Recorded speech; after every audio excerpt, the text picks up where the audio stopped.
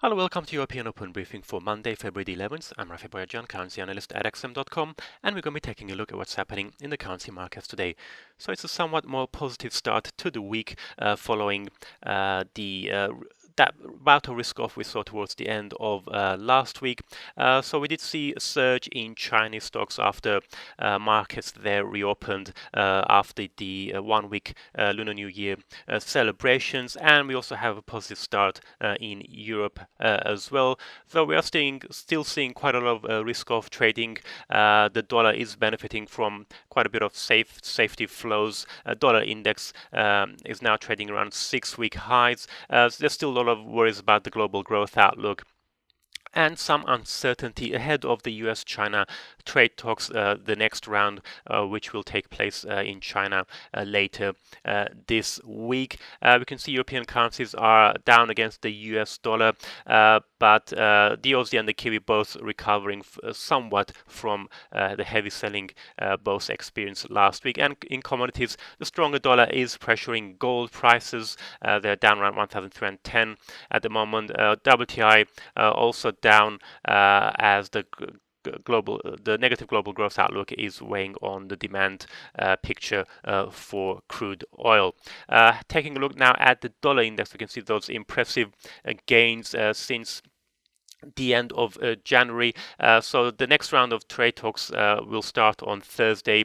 The US delegation will travel to Beijing, and following last week's comments by President Trump, who said that he's not going to meet, there's no plans to meet with President Xi before the March the 1st deadline, so that kind of dampened expectations that we could get a deal before that all-important deadline. Another threat this week is the US government shutdown. So over the weekend there were talks between Republicans and Democrats to try to break the impasse, but those talks collapsed. So we could possibly see another government shutdown by the end of the week if there's no agreement between the two parties there. And all of these worries are leading demand for government bonds.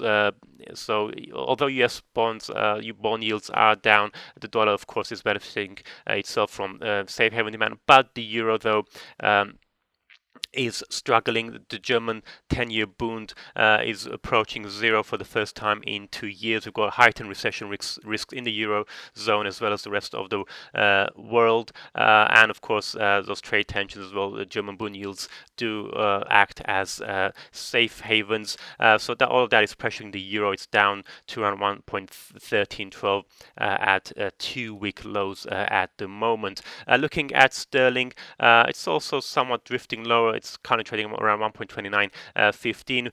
We've got very important UK data coming up very shortly. First quarter GDP as well as manufacturing output and trade numbers as well, but there might not have the usual impact given the focus is still on Brexit. UK growth is slowing and expected to slow to 0.2%. But bigger concern on investors' minds is Brexit debate in Parliament on February 14th on the next steps. So they're not likely to be voting on February 14th, but they will be discussing how to deal with the Brexit process given the deadlock at the moment. EU saying that they're not going to reopen renegotiations on the backstop issue, and May is trying to win more time to reach a deal that can get through Parliament.